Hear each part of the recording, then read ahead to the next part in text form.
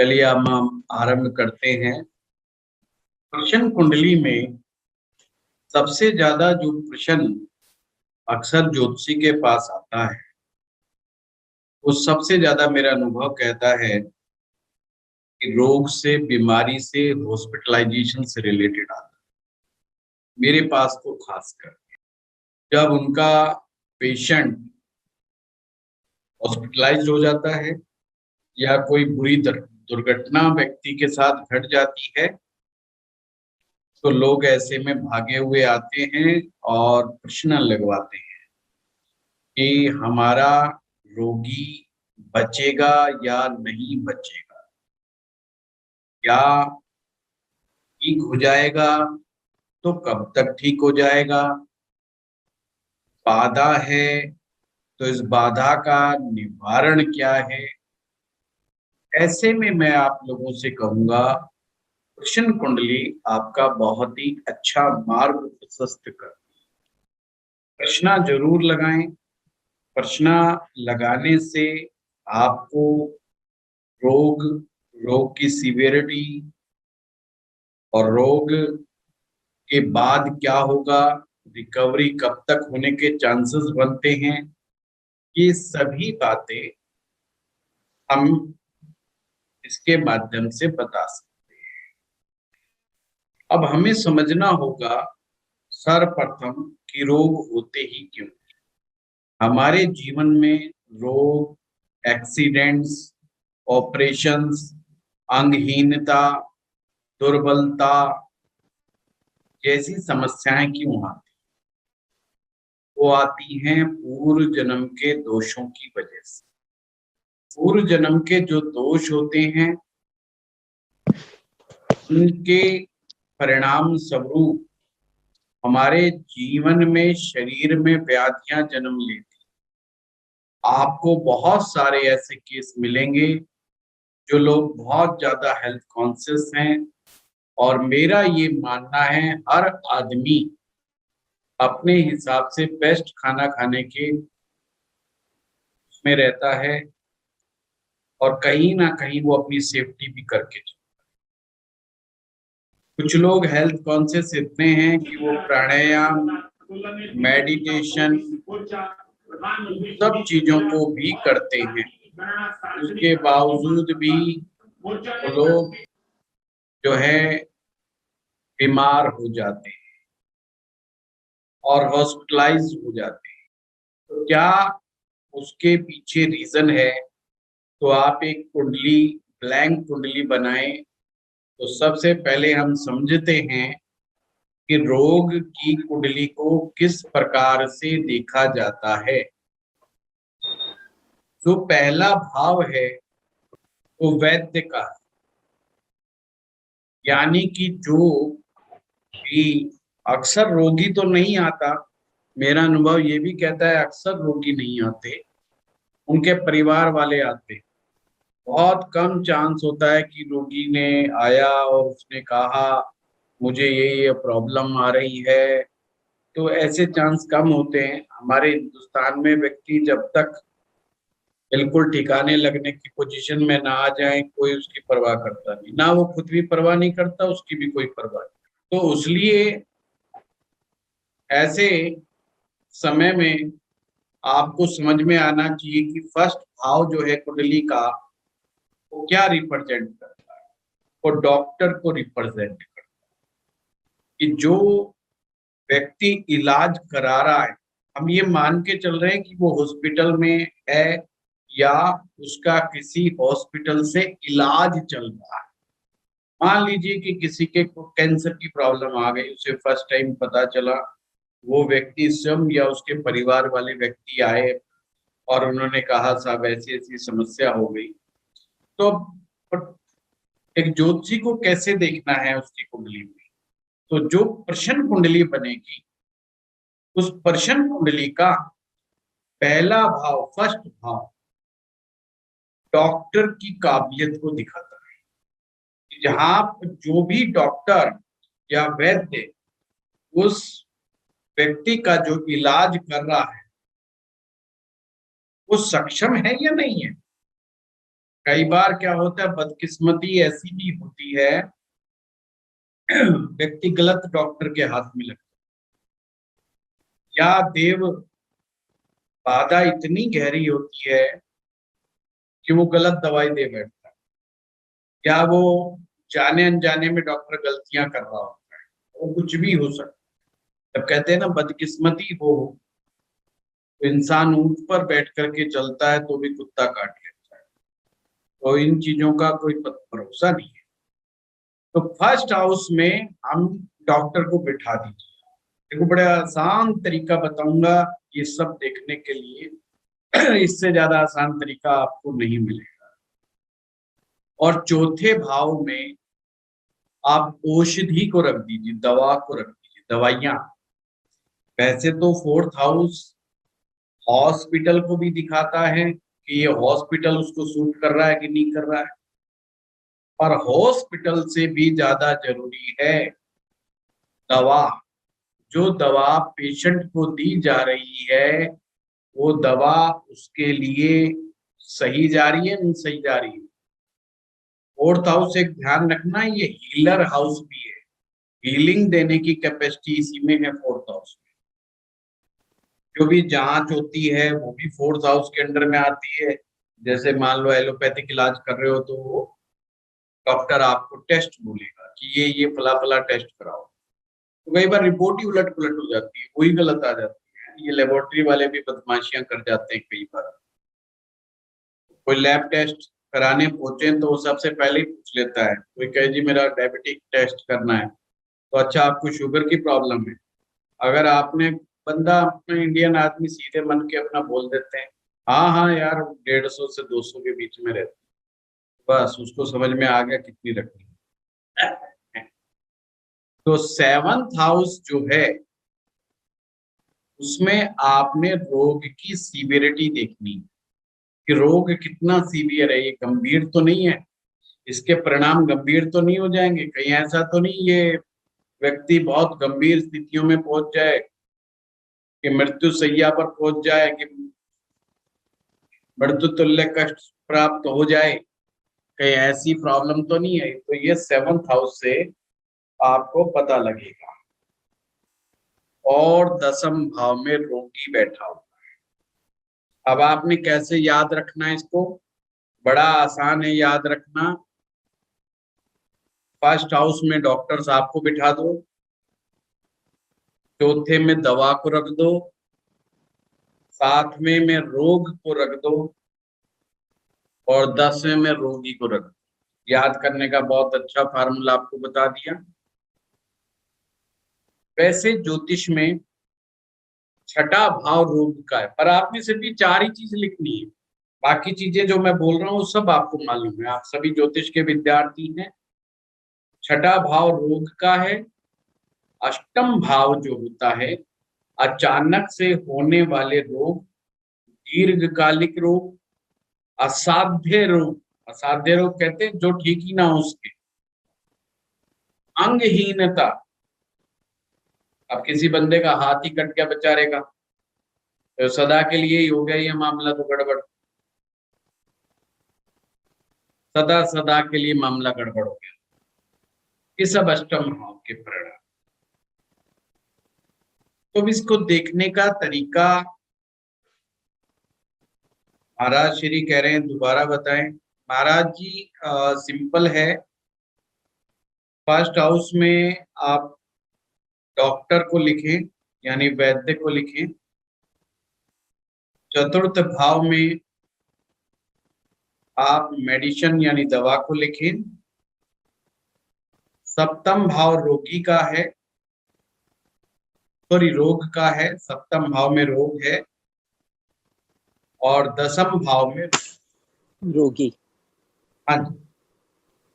तो इस तरह से आप ये चार्ट आपने बना लिया है। अब सामने कोई भी व्यक्ति आता है, इसकी आपने थोड़ा प्रैक्टिस करनी चाहिए। ये ध्यान रखिएगा, 3 प्रश्न सबसे ज्यादा प्रश्न में पूछे जाएंगे। पहला है बीमारी का, रोग का। दूसरा है ब्याह शादी का। और तीसरा प्रश्न है बच्चों की पढ़ाई लिखाई का। ये सबसे ज्यादा पूछा जाता है। बाकी सब प्रश्न उसके बाद आते हैं। सबसे बाकी अलग अलग किस्मत है भाई, आपके पास किस तरह का पेशेंट वो आता है, क्लाइंट आता है, क्या परेशानी लेकर के आता है, हर एक के पास अलग अलग। ये मैं अपना अनुभव बता रहा हूँ। बाकी हो सकता है आप लोग जब प्रैक्टिस करेंगे तो आपका अनुभव अलग हो सकता है। इसलिए मैंने पहला चैप्टर जो फर्स्ट चैप्टर आज यही लिया है। या वैसे हम हर बार एक चैप्टर लिया करेंगे जिससे आपको इन टेक्निक का पता चले। तो किसी के घर पर कोई रोगी, कोई परेशान इस समय हो, जो हॉस्पिटल में हो है, तो वो बताए। 9:24 है। अगर किसी के जान पहचान का, जिसे आप अच्छी तरह से जानते हो, पहचानते हो, नहीं तो और कोई नहीं है तो बहुत ही अच्छी बात है। 9:24 की कुंडली बना ली। सर पूछना मैं हूँ मैं खुद ही सर, हूँ गुरुजी। नमस्ते, प्रसाद हूँ सर। आप मैं अभी बता हॉस्पिटल में हूँ, मैं हॉस्पिटल में हूँ। अभी सर बताइए, यही डिसीज का से मैं कोविड से पॉजिटिव होके 5 दिन से आज मैं 6 दिन पे घर आ गया, क्योंकि ज्यादा बढ़ रहा है, अभी फीवर ज्यादा बढ़ रही है। तो नहीं, इसमें आप तो प्रसाद जी रिकवरी मोड में आ गए ना। अभी तो आपको छुट्टी, हॉस्पिटलाइजेशन से छुट्टी हो रही है। नहीं नहीं, हॉस्पिटलाइजेशन का 12वां भाव है, यानी आपको तो राहत मिल गई है। हम वो केस देखना चाहते हैं जिसमें एक डॉक्टर की भी हमें पता लग जाए, मेडिसिन का भी पता लग जाए, रोग का भी पता चल जाए और रोगी का भी पता लग जाए, है ना। चलिए आप एक वैसे ही कुंडली बनाइए, इस समय की कुंडली बनाइए। हम कोशिश करते हैं जो आप देंगे। 21-25 का टाइम। देखिए मैं नहीं बना रहा हूँ, आप लोगों के ऊपर डिपेंड करता है कि कैसे क्या बना करके देते हो आप। अपना ध्यान रखिएगा। दिल्ली का लीजिएगा, टाइम पीरियड है ना, प्लेस दिल्ली का रखिएगा, ये हाँ, गुड़गांव का रखिएगा। दिल्ली या गुड़गांव दोनों एक ही है ना। मीन लगन कुंडली बनी सर एक के, हाँ ये ठीक। मीन लगन है। Yes sir. अच्छा, टाइमिंग क्या दिया आपने? Yes sir. 21:14 56 21 बजे 14 मिनट। इस समय तो मैंने प्रश्न अभी किया ना। 11 तारीख 9:24। 24 मिनट, हाँ 24 कर दूं क्या? सर ने 9:24 की बोली थी। 24, हाँ 24। भवानी मीन ही लगन आएगा। अब मुझे हाँ ग्रहों सर, की मीन लगन। तीसरा में राहु है गुरुजी। ग्रहों की सिचुएशन मुझे बता दीजिए। तीसरा में राहु है। एक जना बोलिए, एक जना। हाँ प्रदीप जी आप बताइए। थर्ड में राहु, थर्ड में राहु है। फिफ्थ में सूर्य, फिफ्थ में सूर्य है। छठे में मंगल और बुध, छठे में मंगल और बुध, सातवें में शुक्र और मून चंद्रमा, सातवें में चंद्रमा और शुक्र और चंद्र,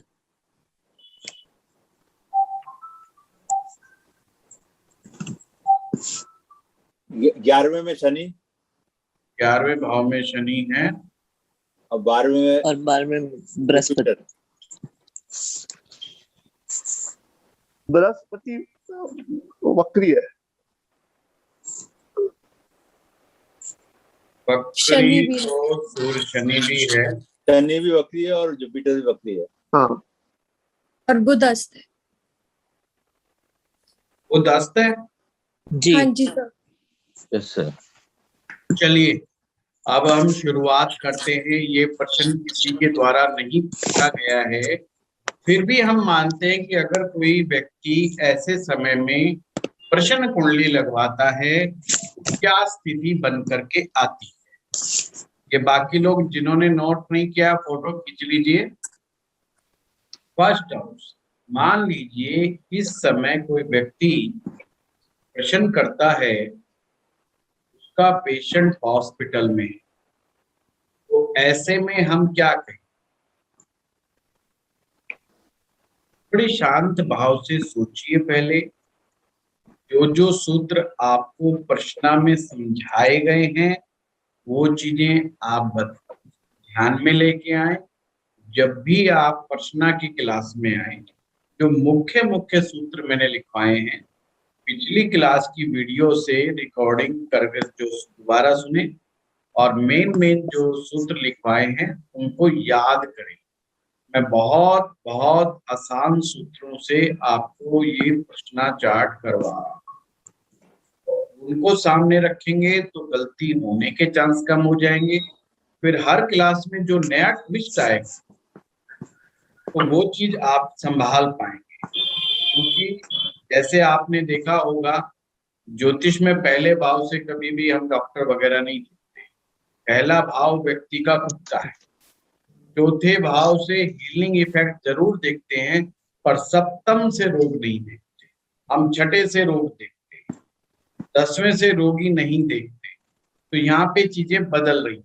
ऐसे प्रश्न में हर प्रश्न के अनुसार कुछ टेक्निक्स बदलती हैं और ऐसा नहीं है कि हाँ सिर्फ मेरा बताने का तरीका आसान है, पर सभी पुस्तकों में चीज ये ऐसे ही रिलेट करके दी गई।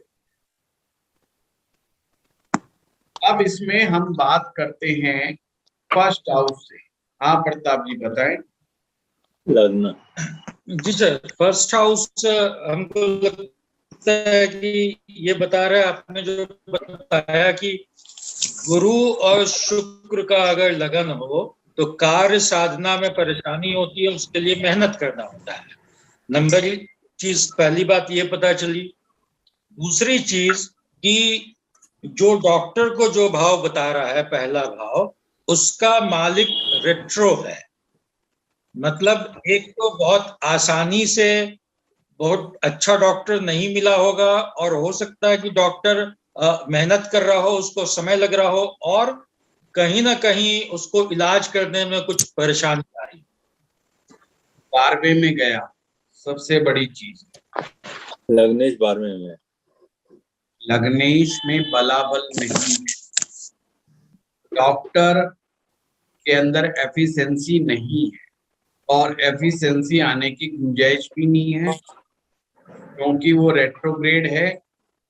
रेट्रोग्रेड या तो डिले करता है, परेशान करता है या डिनाइल मोड पे ले जाता है चीजों को। यानी कि जो वैद्य से इलाज हो रहा है, यानी कि जिस डॉक्टर से इलाज हो रहा है, तो सब अब सामने वाले को क्या आपने सलाह देनी है? Number 1, change your doctor. वो आपसे सलाह लेने आया है कि उसको क्या क्या तब्दीलियां करनी है प्रश्न के हिसाब से। पहला स्टेप उसे बोलिएगा चेंज योर डॉक्टर। पहले तो डॉक्टर चेंज करिए, सेकंड ओपिनियन लीजिए और जिसके पास सेकंड ओपिनियन आप लेने जा रहे हो उसके द्वारा ही इलाज कराएं। प्रेजेंट में जो भी डॉक्टर है वो डॉक्टर चेंज कर दीजिए। ये डॉक्टर इलाज नहीं कर पाएगा। कभी कभी क्या होता है कि गांव में, देहात में या छोटी कॉलोनियों में एमबीबीएस डॉक्टर से इलाज चला। अक्सर एमबीबीएस डॉक्टर इलाज हो पाए या ना हो पाए, अक्सर पेशेंट को अपने लालच में फंसाए रखता है कि मैं तेरा इलाज कर दूंगा और वो किसी अच्छे एक्सपर्ट डॉक्टर के पास नहीं जा पाता। ये एक बड़ा रीजन हो जाता है। या कभी कभी आयुर्वेद या होम्योपैथ के डॉक्टर भी कह देते हैं इसका इलाज तो हम कर देंगे, आप किसी चक्कर में मत पड़ो, और वो कर नहीं पाते हैं परंतु दिक्कतें बढ़ जाती हैं। तो ऐसा आपने बताना है कि आप कुछ भी कर रहे हो, आप first of all change your doctor. अभी वो प्रश्न ये भी पूछ सकता है ना आगे चल करके, होम्योपैथ आयुर्वेद क्या करना है क्या नहीं करना है, ये सब भी हम चर्चा करेंगे। अब ये जो प्रश्न जो दिखा रहा है, क्या औषधि जो दी जा रही है, जो मेडिसिन दी जा रही है डॉक्टर के द्वारा, क्या सही दी जा रही है? अब हमने ये देखा नहीं है सर, नहीं है। बहुत छठे भाव में बुध बैठा है, अस्त भी है, वो भी अस्त हो गया है। बहुत बढ़िया, आपने बहुत अच्छा जवाब दिया। जो मेडिसिन दी जा रही है वो अपने आप में प्रॉब्लमेटिक है और ये तो लिंक वाली बात है। अगर डॉक्टर अच्छा नहीं है तो मेडिसिन भी अच्छी कैसे होंगी? सिंपल सी बात है। और मेडिसिन अच्छी है तो भाई डॉक्टर कैसा भी हो इलाज तो होगा ही होगा। मान लीजिए किसी बीमारी को मैनेज करने के लिए जो दवाई प्रॉपर रूप से चाहिए और दवाई बिल्कुल सही दे दी डॉक्टर ने, अब वो पढ़ा लिखा है या नहीं लिखा, औषधि अपना काम कर रही है, बंदा तो ठीक होगा ही होगा। तो यहाँ पर ये चीज इंटरलिंक्ड आएगी आपको। अक्सर प्रश्न के अंदर अगर वैद्य गड़बड़ मिला तो दवाई उसकी गड़बड़ मिलेगी ही मिलेगी, ये ध्यान रखना। क्योंकि वो गड़बड़ी इसीलिए है जिस तरीके से वो बीमारी को मैनेज कर रहा है वो उसका तरीका ठीक नहीं है। अब हम सप्तम भाव पे चलते हैं। एक मोटा मोटी मैं आपको बता रहा हूं कि मामला क्या है, फिर हम और भी डिटेल में करेंगे। अब आप देखिए मीन लगन है, मीन लगन में सप्तम भाव क्या है? बुध है और रोग। वही अस्त है। बट सर चंद्र और शुक्र भी बैठे हुए हैं। चंद्र शुक्र है सप्तम भाव में साहब। नहीं, अभी आपने आप मेरे सामने कुंडली नहीं है। सप्तम भाव का स्वामी तो बुध है ना? नहीं नहीं जी हाँ। हाँ बुध है। तो बुध अभी आप लोग बोले कि अस्त है। जी हाँ। जब बुध अस्त हो गया मामला खत्म। तो सर जैसे शुभ ग्रह बैठे हुए हैं चंद्रमा और शुक्र यहाँ पर, उनका भी कुछ देखना होगा। शुक्र चंद्रमा को क्या करेंगे यहाँ पर, आप पहले देखिए। शुक्र यहाँ पर नीच का है। जी हाँ, और अकारक भी है। जब कारक पूरक नहीं होते, प्रश्ना में कारक नहीं होते, ये ध्यान रखिए। यहाँ कारेश होता है, ये प्रश्ना में ध्यान रखिएगा। हमारी जबान पर कारक है इसलिए हम बोल जाते हैं, पर प्रश्ना की जब प्रैक्टिस करें तो कारेश बोलने, कारक नहीं। चंद्रमा की देख रहे हैं, अब हम देख रहे हैं कि भाई रोग कितना सीवियर है। अभी तक हमने कहा भी डॉक्टर ठीक नहीं है, मेडिसिन जो दी जा रही है वो ठीक नहीं है। अब ये रोग कितना सीवियर है। तो बुध कौन से हाउस में बैठा है? सिक्स्थ हाउस में। अपने से लॉस हाउस में बैठा है कि नहीं बैठा है? अपने से लॉस में बैठा है। इट्स मीन यहाँ पर जल्दी करना चाहिए। एक्शन कब लेना चाहिए? तुरंत एक्शन लेना चाहिए। डॉक्टर भी चेंज करो। फोर्थ हाउस हॉस्पिटल का है, अगर बंदा हॉस्पिटल में है तो हॉस्पिटल चेंज करो, मेडिसिन चेंज करो, क्योंकि रोग बहुत सीवियर है। सप्तम भाव में नीच राशि का शुक्र बैठा है। नीच राशि का शुक्र क्या सीवियरिटी दे रहा है? शुक्र से संबंधित रोग होने के चांसेस सबसे ज्यादा यहाँ पे दिखता है। Kidney failure, multiple organ failure, prostate,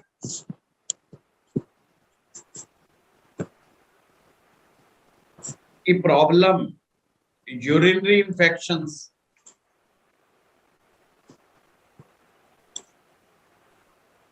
ये मोटा मोटा अंदाजा लगा रहे, पर बीमारी को पकड़ने का तरीका भी मैं बताऊंगा आप लोगों को कि बीमारी कहां से कैसे दिखती है। अभी हम इन्हीं बातों पे फोकस कर रहे हैं कि बीमारी सीवियर है। अब हमने देखना है कि रोगी की क्या हालत है। यहाँ पर वास्तव में हम देखते हैं दसम भाव में दो चीजें, रोगी की इच्छा शक्ति कि वो जीने में कितना बिलीव कर रहा है, नहीं कर रहा है, वो सहयोग करेगा कि नहीं करेगा इन सब चीजों में। क्योंकि हमने ये निकल के आया कि बीमारी बहुत सीवियर है, और अक्सर सीवियर बीमारी में कभी कभी रोगी साथ देना बंद कर देता है। वो कहता है यार बस अब तो चलना हो गया, चलेंगे, अब इन चक्रों में मत पड़ो, अपने परिवार का खर्चा मत करो। दूसरा उसके कार्मिक सिचुएशन, उसके कर्म। अब इसमें कर्म क्या होते हैं? समय पे दवाई ना लेना, लोगों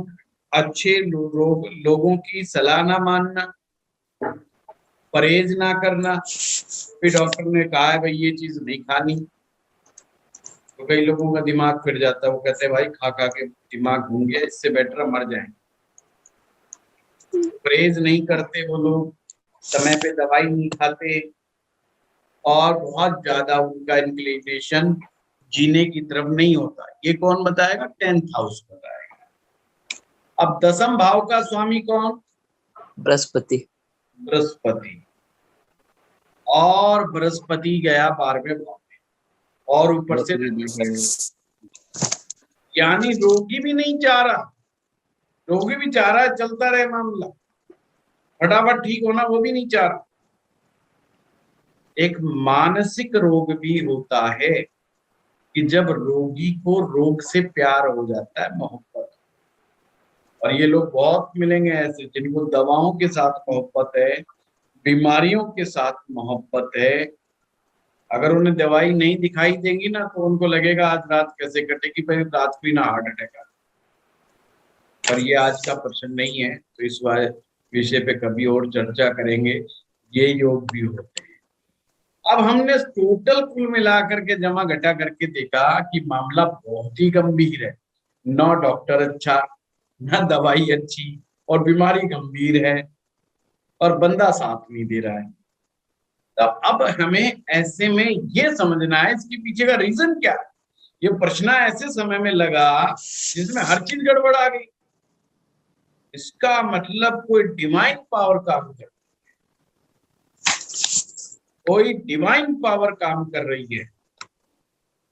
और ध्यान से सूत्र लिखेगा रोग के मामले में। वैसे जिन लोगों ने आयुर्वेद एस्ट्रोलॉजी नुस्खे पढ़ी है वो सब जानते हैं उस, जिन लोगों ने आयुर्वेद एस्ट्रोलॉजी पढ़ी है वहां पर मैंने स्पष्ट रूप से कहा है रेट्रोग्रेड प्लैनेट हमारे जीवन में कितने ही मनी के लिए अच्छे क्यों ना हो, पर रोगों के लिए बहुत बुरे हो। तो ये प्रश्न में भी यही सूत्र चलाना है। अब मैं आपको नई टेक्निक एक और बताता हूं। कभी भी इस टाइप की कुछ कुंडली आ जाए या बीमारी ठीक ना होने पर आए तो आपने देखना है 3रा भाव, 6ठा भाव और 12वां भाव में कोई पाप ग्रह तो नहीं बैठा हुआ।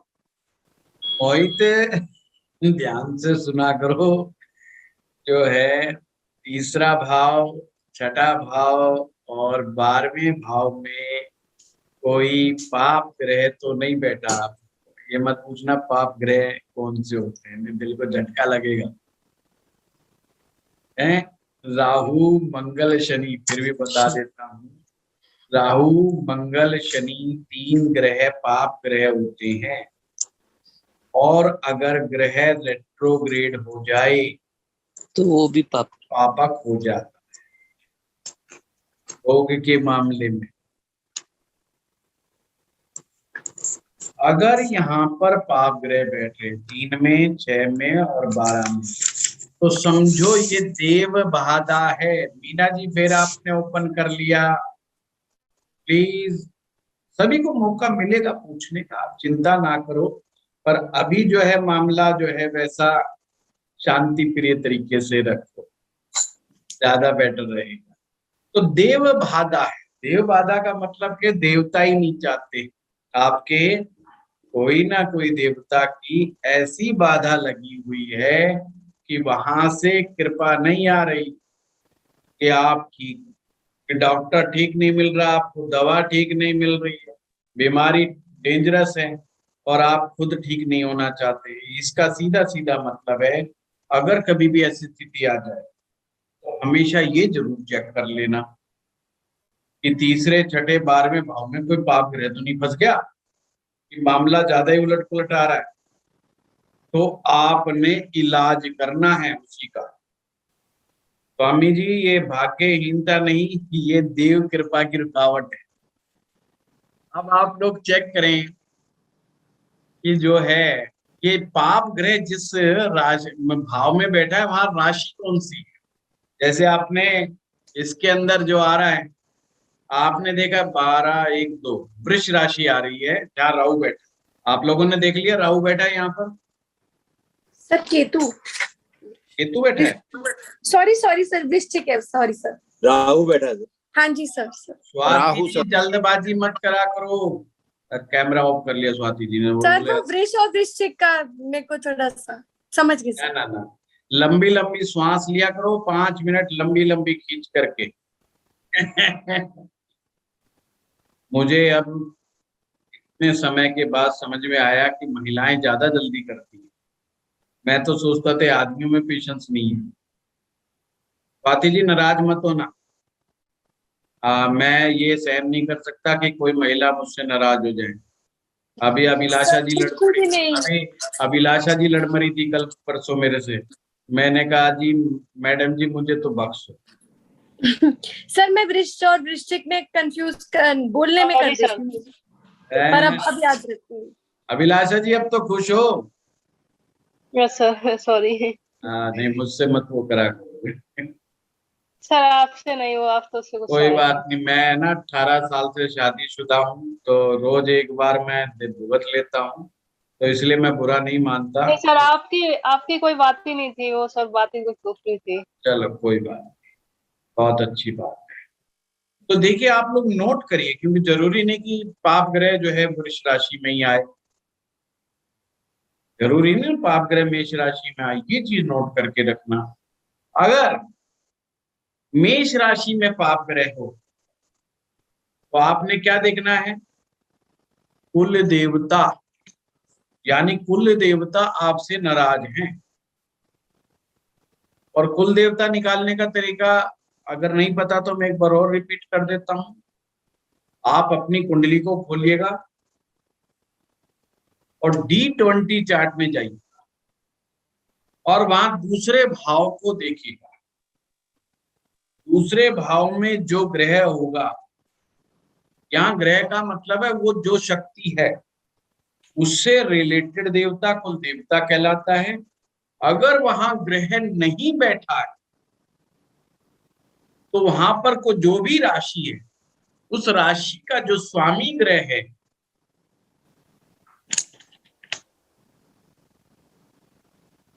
जो स्वामी ग्रह है वो कुल देवता। सिंपल है। और जगदीश जी प्रश्न बोले इससे पहले मैं बता दूं, जगदीश जी आपके लिए, अगर आपकी कुंडली नहीं है तो प्रश्न कुंडली की विषांश कुंडली दिखा देख। मान लीजिए कोई व्यक्ति ऐसा है, उसे नहीं पता जी मेरी कुंडली कैसी है, जी मेरे पास तो कुंडली नहीं है, मेरे पास बनी हुई नहीं है, और मुझे नहीं मालूम कि मेरे कुल देवता कौन है। बहुत सारे लोग हम में से ऐसे हैं जो अक्सर नहीं पता उन्हें कि हमारे कुल देवता कुल देवी कौन है। तो पता करें, और कुल देवता निहायत आवश्यक है, ये समझिएगा। इनकी बहुत बहुत महत्ता है। कुल की रक्षा कुल देवता ही करते हैं। हमारे बड़े बुजुर्ग, आप लोगों ने देखा होगा, जब भी घर में कोई बच्चा बीमार हो जाता तो कुछ पैसे निकाल करके अलग से रख देते हैं और कुल देवता के सामने या कुल देवी के सामने दीपक जला करके मनोकामना जो है कहते हैं कि ये बहुत जल्दी बच्चा ठीक हो जाए। मेरे घर में ऐसा अक्सर होता था। मेरी दादी जो है ये अक्सर काम करती थी। इवन मुझे थोड़ा सा बुखार भी हो जाए तो फट, तो ठीक बात है, कम पैसे रखती थी, कंजूस थी, पर बेचारी रख देती थी। वो कहती थी अब मैंने पैसे वार करके रख दिए हैं हमारे कुल देवी देवता के लिए, तो अब मामला बड़ी जल्दी मैनेज हो जाएगा। तो छोटी छोटी चीजों में, बातों में वो अक्सर पैसे निकाल के रख दिया करती थी अलग से, और मंदिर जो उसका बना हुआ था उसमें जा करके वो पूजा करती थी। और हमारे उस मंदिर में कुल देवी की हमारी फोटो लगी हुई है, तो वो ये बड़ी कुल देवता को हमारे यहाँ काफी मान्यता है। तो जिन लोगों को नहीं याद, क्योंकि कई परिवार ऐसे हैं जो बट गए और उनके पास बताने वाले पूर्वज भी नहीं रहे कि हमारे कौन से कुल देवी या कुल देवता थे, और उन परिवारों में ज्यादा बिखराव मिलेगा, उन परिवारों में एकता नहीं मिलेगी आपको। ये भी मैं एक बात बता दूं, जिन्हें नहीं मालूम कुल देवता कुल देवी का, उनके परिवारों में बिखराव मिलेगा और आगे वंश परंपरा चलने में, चलाने में उनको काफी कठिनाइयों का सामना करना पड़ता है। तो सिंपल अपनी कुंडली के G20 चार्ट में जाकर के सेकंड हाउस से देखें, और सामने वाला ऐसा व्यक्ति है, ये सामने वाले व्यक्ति का ही देखना है आपने, तो उसकी जो प्रश्न कुंडली आई है, आपने प्रश्न कुंडली से भी ये चीज जांच करें और उन्हें कहें फलाना शक्ति या फलानी देवी या देवता के पास या उनसे प्रार्थना करें, उनके नाम का दीपक जलाएं और उनसे प्रार्थना करते हुए कुछ पैसे या रुपए या जो भी है आपकी इच्छा वो उनके सामने प्रकट करें, जिससे रोगी की रक्षा होती है। आपने प्रश्न कुंडली में ये तो समझ लिया भाई पाप ग्रह बैठा है तीसरे में, छठे में, 12वें में। अब हम समझ रहे हैं कौन है, कौन सा देवता है जो इस तरह से गड़बड़ी हो रही है। तो हम फर्स्ट मेष राशि, हमारा कुल देवता। सर अब बंद हो गए, आप बंद हो गए। सर जैसे हम लोग लेडीज हैं तो हमारे हस्बैंड के चार्ट से देखा जाएगा ना? हम same question sir no husband से नो नो क्वेश्चन, अभी नहीं प्लीज, वो मामला गोल गोल हो जाएगा। नहीं सर, हमारे हस्बैंड के चार्ट से देखा हाँ जाएगा ना? बिल्कुल बिल्कुल बिल्कुल। देखो ये चीज में एक चीज आप सबको लोगों को, महिलाओं को बुरी ना लगे, जब हम कहते हैं ना कन्यादान, ये कन्यादान नहीं, ये पितृदान है। कन्या की जब विवाह होता है तो पितृदान करके जाती है। जब वो पीछे चावलों को फेंकती है, हमें अपनी परंपराओं का पता होना चाहिए कि उसके पीछे क्या संबंध है। तो इसका मतलब है अब पितरों को पूजने का कार्य अब आप लोग संभालो, और पितृदान हो गए। जब वो अपने ससुराल में जाती है तो वहां पर हमारे यहाँ पर देवता पूजने का नियम, और हर कोई, हर जाति, हर मजहब अपने पूजा पाठ, पूजा के स्थान पर नई दुल्हन को लेकर के जाता है। ये हर जगह रिवाज, चाहे हिंदू हो, सिख हो, ईसाई हो, कोई हो, वो अपने जगह लेकर के, वो एक प्रकार से अपने ससुराल के पितृगणों को स्वीकार करने के लिए ही जाते हैं कि आज से तुम्हारे देवता मेरे देवता, तुम्हारे पितृ मेरे पितृ। तो वो जो पति के परिवार के जो पितृगण हैं वो महिला के पितृगण हो जाते हैं, वही उनका कुल देवता हो जाता है जो पति का कुल देवता होता है। तो उन्हें ही मान करके चलना चाहिए। अगर पति की कुंडली ना हो तो पत्नी अपनी कुंडली से भी देख सकती है, वो भी सटीक आएगा। देखिए ज्योतिष में कुछ चीजें बड़ी डिवाइन है, या सचमुच मुझे भी लॉजिक नहीं मिलता। मतलब एक चीज से दूसरी चीज इंटरकनेक्ट मिलती है ऑटोमेटिकली, ऑटोमेटिक इंटरकनेक्टेड चीजें हैं बहुत सारी। तो अगर वृष राशि हो तो पितृ दोषा, पितृ आपसे नाराज हैं। वृष राशि सेकंड हाउस में हो? नहीं, सेकंड हाउस से नहीं मतलब, वृष मतलब 2 नंबर की राशि में पाप ग्रह हो, राहु, मंगल या शनि, वो तीसरे, छठे, 12वें में हो और वहां पे राशि वृष हो, तो पितृ दोष, पितृ आपसे बहुत भयंकर रूप से नाराज है। तो ऐसे में तुरंत पितृ शांति। अब मान लीजिए अमावस्या नहीं आ रही तो क्या करें? एक सूखा नारियल सफेद वस्त्र में, करना क्या होता है, आप एक सफेद वस्त्र लीजिए और उसके कोने में कोई भी एक कोना पकड़ लीजिए, उसमें कुछ सिक्के पैसे डालिए, चांदी का भी डाल सकते हो कोई सिक्का, और अब 3 कोने तो बच गए और एक कोने पे गांठ लग गई, उसमें जो सूखा नारियल लपेट करके रख दीजिए, और जो राहु की दिशा है यानी कि दक्षिण पश्चिम दिशा, नैऋत्य कोण, किसी ऊंचे स्थान पर वो पितरों के नाम का दीपक जला करके पितरों से दक्षिण दिशा की तरफ मुंह करके सायंकाल के समय अपने पितरों को कहें कि हे पितृ देवताओं, हम पर कृपा करें, हमें प्रसन्नता दें और जो रोगी है उसकी रक्षा करें। आपकी नाराजगी को दूर करने के लिए हमसे जो भी समय पर हो सकेगा, बन सकेगा, हम विधि विधान से उसका पूजन शांति करवाएंगे।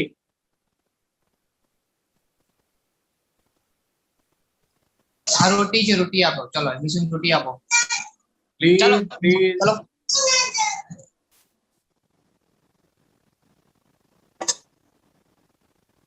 ध्यान इधर उधर। ठीक है भैया।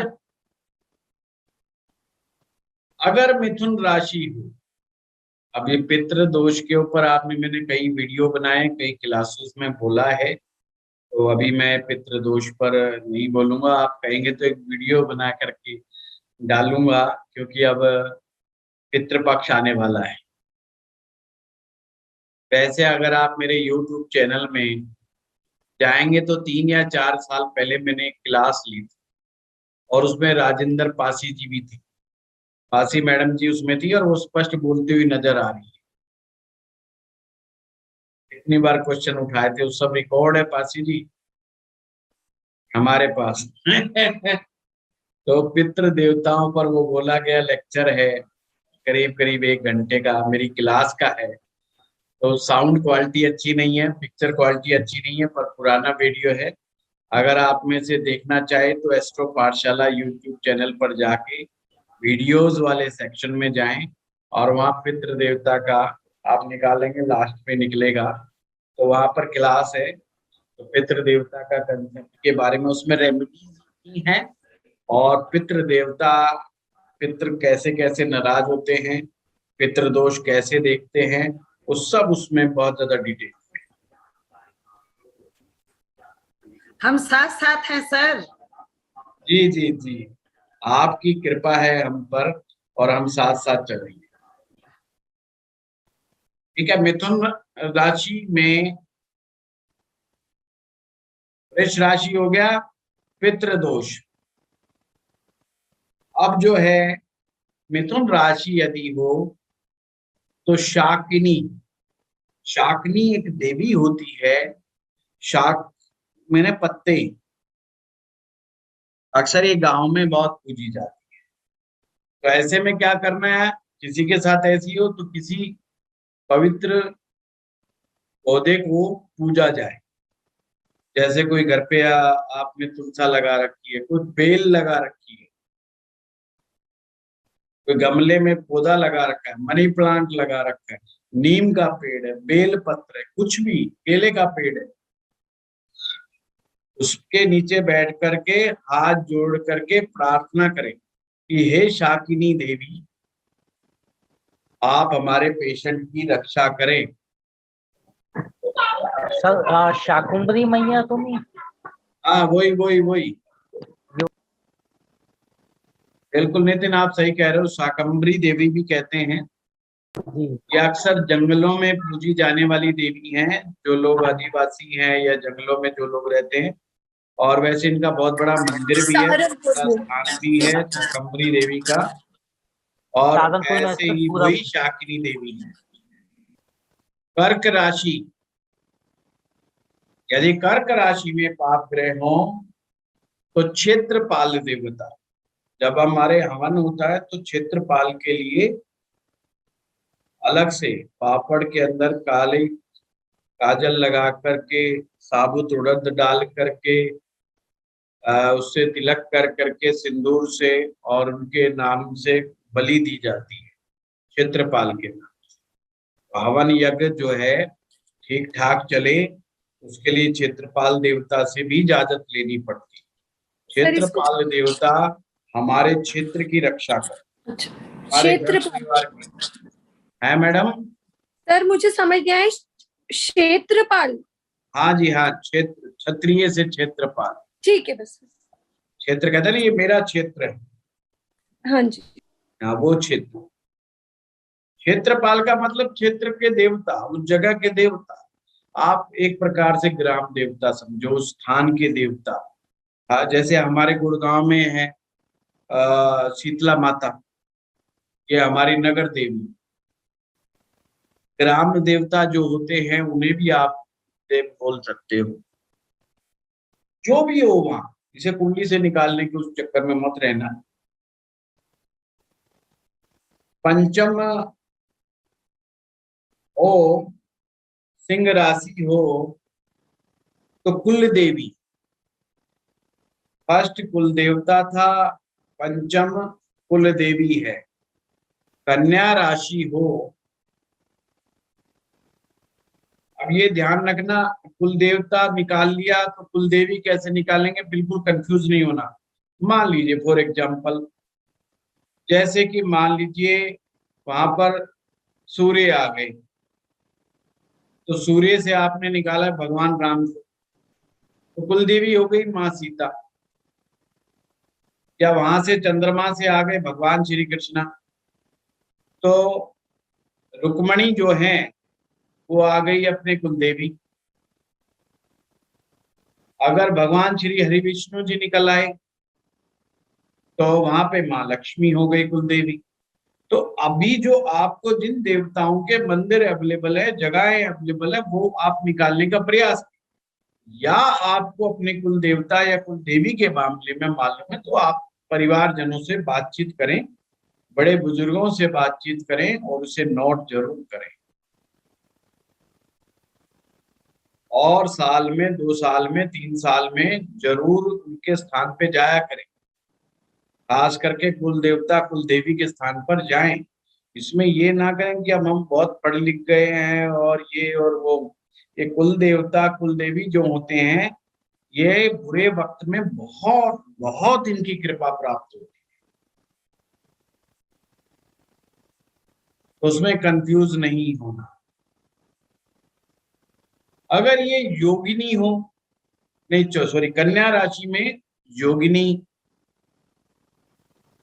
योग से योगिनी है, वो महिलाएं जो योग करती हैं, माँ पार्वती की सेना में आती।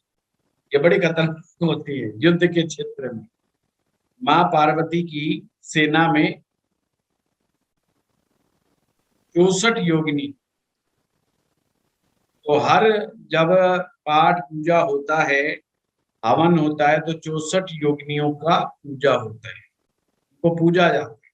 और इनको रिप्रेजेंट करने के लिए बिंदियां बनाई जाती है। बिंदी बिंदी लाल लाल रंग की आपने देखी होगी, एक ट्राइंगल की तरह ऐसे ऐसे ऐसे ऐसे बनाई जाती है। नीचे से बड़ा, ऊपर ऐसे, ऊपर 1, फिर 2, फिर 3, फिर 4, फिर 5, फिर ऐसे ऐसे ऐसे ऐसे ऐसे बनती जाती है, एक ट्राइंगल ऐसे बनता है। सप्तम यानी कि तुला राशि, तो जैसे योगिनी है वैसे यक्षिणी होती है, यक्ष की पत्नी यक्षिणी। अब ये बड़ा दुर्लभ सी चीज हो जाती है, भाई यक्षिणी को कहां से पकड़े, कैसे हम मान लें कि यक्षिणी, यक्ष कैसे है कैसे नहीं। तो ऐसे में आप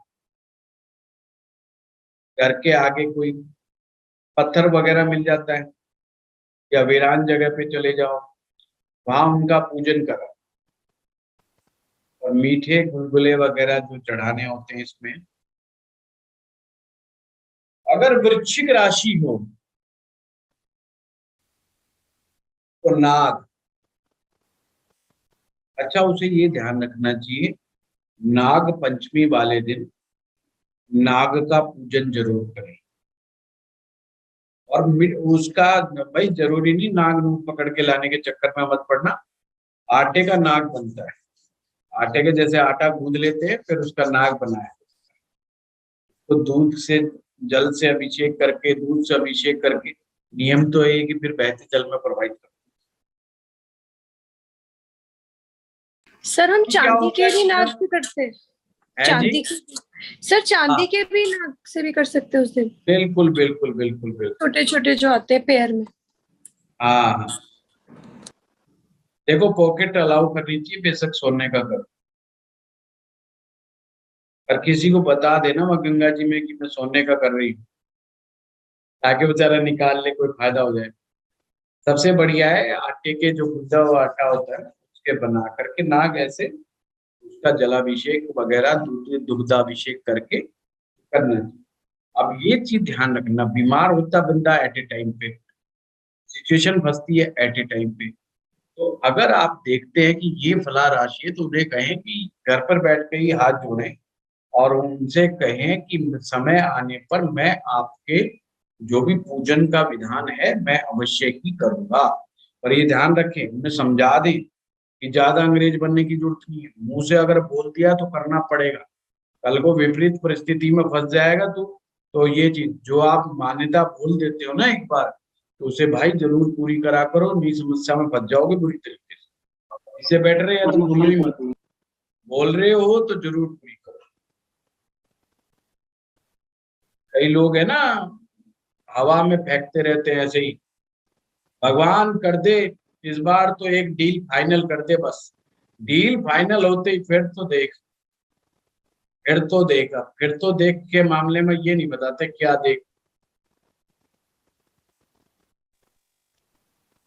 और हमारे पास तो आते ही कोई क्लाइंट कहना जी हम आपको खुश कर देंगे, ये काम हो गया, तो मैं समझ जाता हूँ एक नंबर का नकारा, इसने कुछ नहीं करना, इसका खुश करने का मतलब 200-500 वो भी याद दिलाना पड़ेगा। कौन याद दिलाए?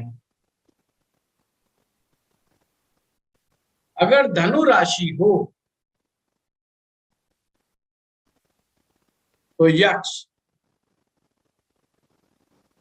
और यक्ष का भी सेम प्रोसेस है। गुरुजी यक्षिणी वाला हैं? यक्ष जैसे यक्षिणी थी वो यक्ष। अगर आप किसी देवी को भी मान लेंगे ना, हाँ, तो मेल वही पत्थर के ऊपर रख करके पूछ सकते हैं। यक्षिणी के मामले में कई जगह ऐसा भी विधान आता है कि चौराहे पर रख करके पत्थर रख करके पूछो, भाई कोई फायदा नहीं है, लोग पिटाई पुटाई करते कि कोई फायदा नहीं, प्रैक्टिकल चीज ठीक नहीं। ये यक्ष। मकर हो तो प्रेत।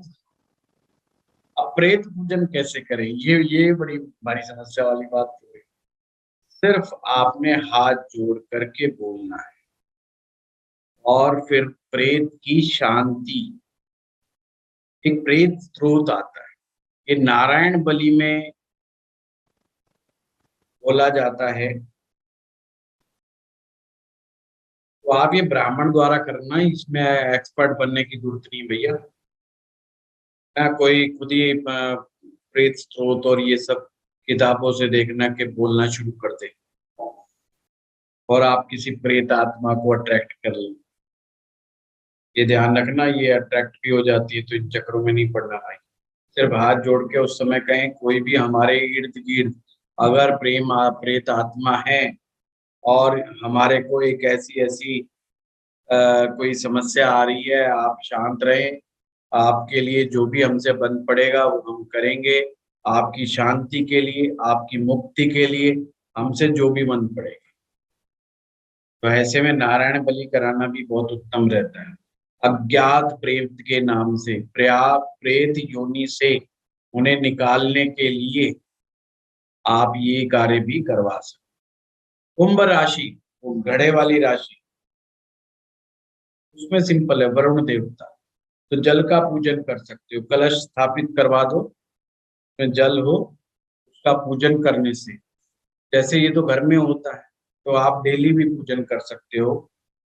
सर मकर का रह गया, मकर का मैंने अभी तो बताया आपको, ये प्रेत मकर का था। और हाँ प्रेत अभी तो बताया था कि भाई चक्रों में नहीं पड़ना, पंडित से, किसी विद्वान व्यक्ति से ही करवाना है।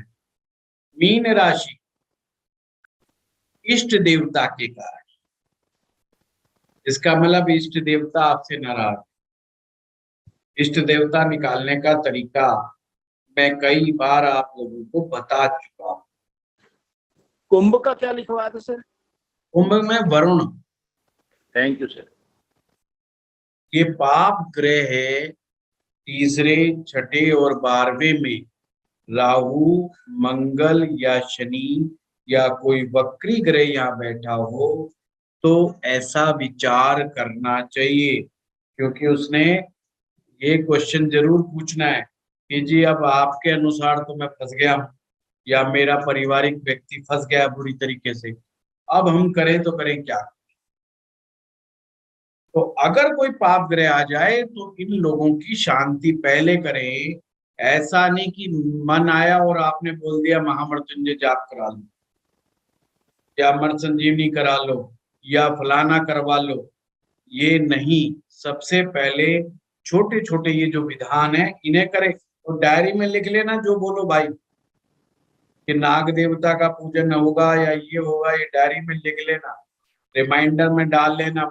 डिजिटल अगर आप हैं तो अपने रिमाइंडर में डाल लेना कि कब कैसे क्या होगा, तो जरूर करवा देना। कि ये चीजें ठीक होने पर नहीं कराओ तो बंदा फंस जाता और कहने वाला भी फंस जाता। दिक्कत ये अभी तो एक जना फंसा हुआ है और दोनों लोग फंस जाते हैं। और महिलाएं बेचारी अक्सर ज्यादा फंस जाती हैं क्योंकि वो बेचारी इमोशनल होती हैं, भावना में बह करके जल्दी जल्दी फटाफट वादा कर बैठती हैं और फिर पति उनकी सुनता नहीं है और वो बड़े बेचारे चक्कर में फंस जाती है। पति को बता करके पूरी जिम्मेवारी के साथ पति को साथ लेकर के, हाँ, जब जाकर के ये ऐसे कारनामे आपने करने हैं। और इष्ट देवता को तो आप लोगों को पता ही है भैया, इष्ट देवता का पूजन करें, इष्ट देवता का विधान करें, इष्ट देवता के मंत्र जाप करें, इष्ट देवता के मंत्र जाप करवा लें।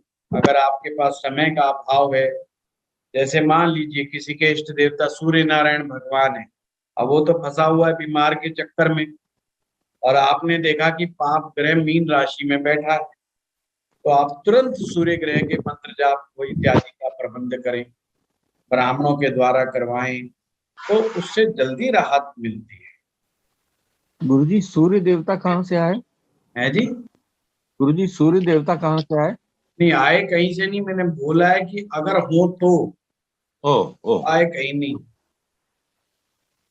अब ये हो गया, अब हम अगले स्टेप पर चलते हैं। ग्रेस कोण विधि। ग्रेस कोण यानी कि कुंडली में D3 चार्ट जो होता है, ये बीमारी पता लगाने का बहुत अचूक साधन है। इसको आप अपनी कुंडली में भी इस्तेमाल कर सकते हो, प्रश्ना में तो कर ही कर सकते हो, इसे आप जो प्राशरी सिस्टम है उसमें भी अप्लाई कर सकते हो। ग्रेस कोण का मतलब है जो 0 से लेकर के 30 डिग्रियां होती हैं उसे 3 पार्ट्स में डिवाइड कर दिया गया। फर्स्ट ग्रेस कोण 0 से लेकर के 10, सेकंड 10 से लेकर के 20, थर्ड 20 से लेकर के 30। बहुत सिंपल है, आपने ये देखना है कि प्रश्न कुंडली में जो ग्रह बीमारी दे रहा है, जो ग्रह बीमारी दे रहा है उसकी कितनी डिग्री। अब मान लीजिए कोई ग्रह है वो 3 डिग्री का है, इसका मतलब फर्स्ट ग्रेस कोण में, या ग्रह 12 डिग्री का है, इसका मतलब सेकंड ग्रेस कोण में, 24 डिग्री का है महाराज जी, D20 चार्ट नहीं, D3 ग्रेस काण, ग्रेस काण। तो सिंपल है, अभी आप लोगों ने वो बनाई है। प्रदीप जी एक बार थोड़ा देखना कि जैसे कि मैं इनके लिए समझाने के लिए कौन सा ग्रह किस ग्रेस कोण में पड़ रहा है वो मैं आपको समझा दूं। तो सबसे पहले हम सूर्य को देखिए, सूर्य की कितनी डिग्रियां हैं, बड़े ध्यान पूर्वक सुनिए। सूर्य 25 डिग्री का है। सूर्य 25 डिग्री का है, तो ये 20 से 30 वाले में है, तो तीसरा ग्रेस कोण है जी। अब इसने दृष्टिकोण को 3 पार्ट्स में पूरी बॉडी को बांटना है। फर्स्ट ये वाला गर्दन तक का, सिर से लेकर के गर्दन तक, ये फर्स्ट दृष्टिकोण है। बॉडी का सिर से लेकर के गर्दन तक फर्स्ट दृष्टिकोण। जी सर। ठीक है, गर्दन से लेकर के पेट के नीचे हिस्से तक, नाभि से नीचे तक सेकंड दृष्टिकोण, और सेकंड मतलब जो है नाभि से नीचे से लेकर के आपके पांव तक तीसरा दृष्टिकोण। तो आपने अपने शरीर को 3 पार्ट्स में डिवाइड कर दिया। ध्यान रहे, ये अपनी कुंडली में भी लगा के देखना है। It's a great technique, it's a great technique. किस दृष्टिकोण में फॉल कर रहा है, ग्रह जिस दृष्टिकोण में फॉल करेगा उसी हिस्से में प्रॉब्लम करेगा, वहां पे उसकी प्रॉब्लम होगी। अब इसमें देखिए बीमारी कौन लेकर के आ रहा है। बीमारी लेकर के आता है छठा भाव, ये ध्यान रखिएगा। बुध तो छठे भाव का स्वामी सूर्य है प्रदीप जी। छठा भाव सूर्य, उसका स्वामी छठ सूर्य है, और सूर्य 25 डिग्री का है। तो बीमारी कहाँ से रिलेटेड है? नाभि के नीचे से भाग के तीसरे दृष्टिकोण में फॉल कर रहा है। नाभि से नीचे लेकर के पांव तक समस्या पैदा कर रहा है। ये सूर्य बैठा कहाँ पर है? सूर्य बैठा है पंचम भाव में सर। पंचम भाव में, यानी कर्क राशि में। Yes sir. अब कर्क राशि किसको रिप्रेजेंट करती है, हमेशा ध्यान रखना। जब भी आपने बीमारियों की टेक्निक मैं बता देता हूं, बीमारी की टेक्निक को समझ लीजिए। काल पुरुष की कुंडली बना लीजिए। कर्क राशि का मतलब चौथा भाव।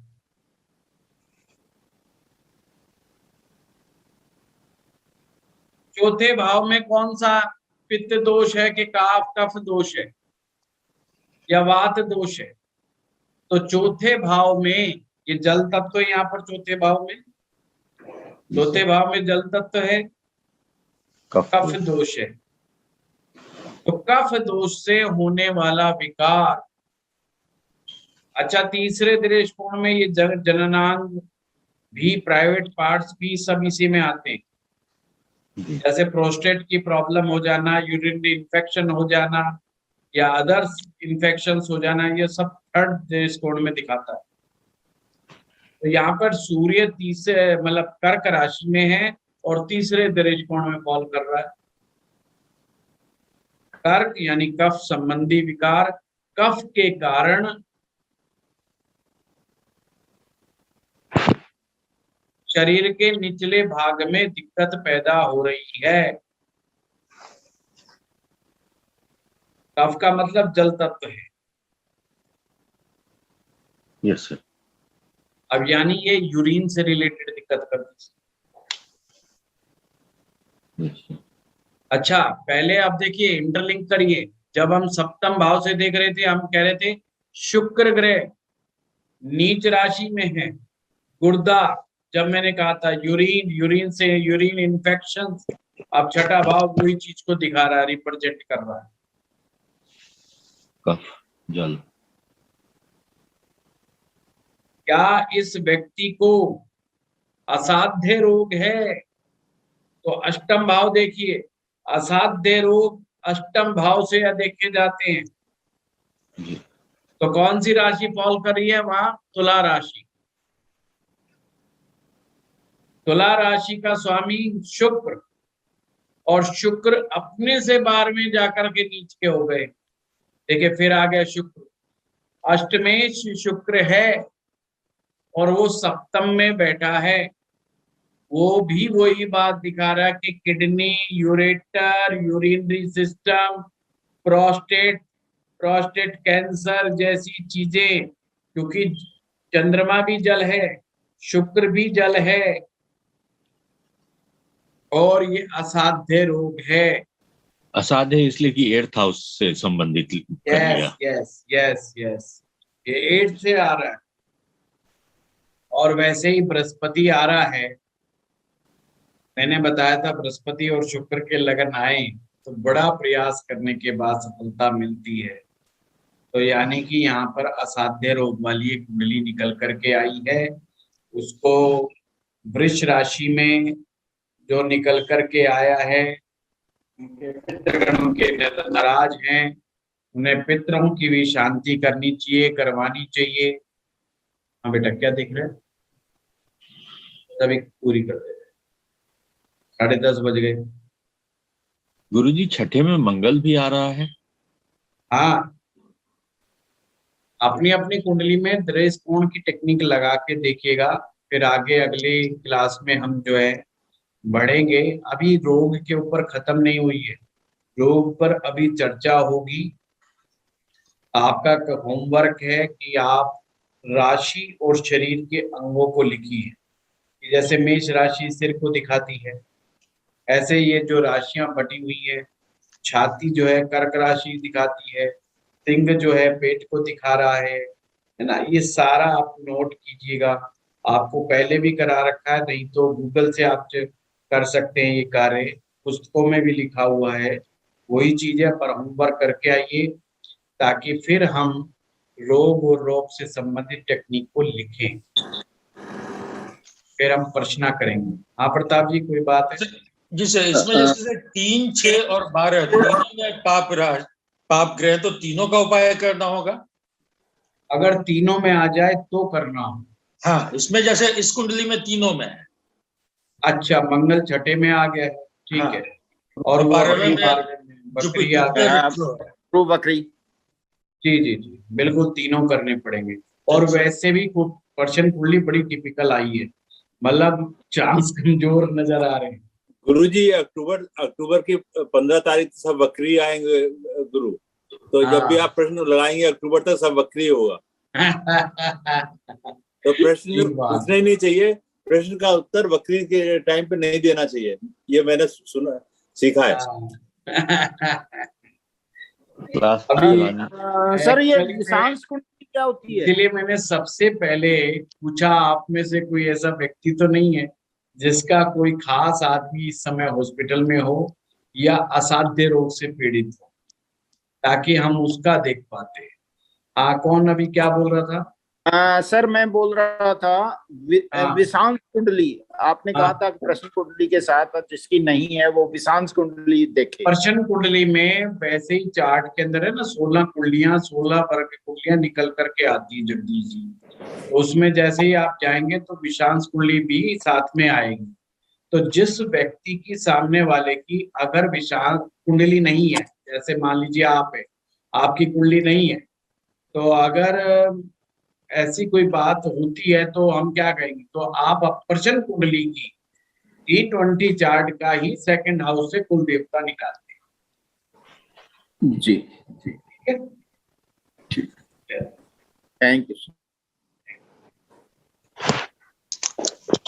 ये आज काफी अच्छा समय रहा, और रोग के बारे में अभी क्लासेस चलेंगी तो फिर हम करेंगे।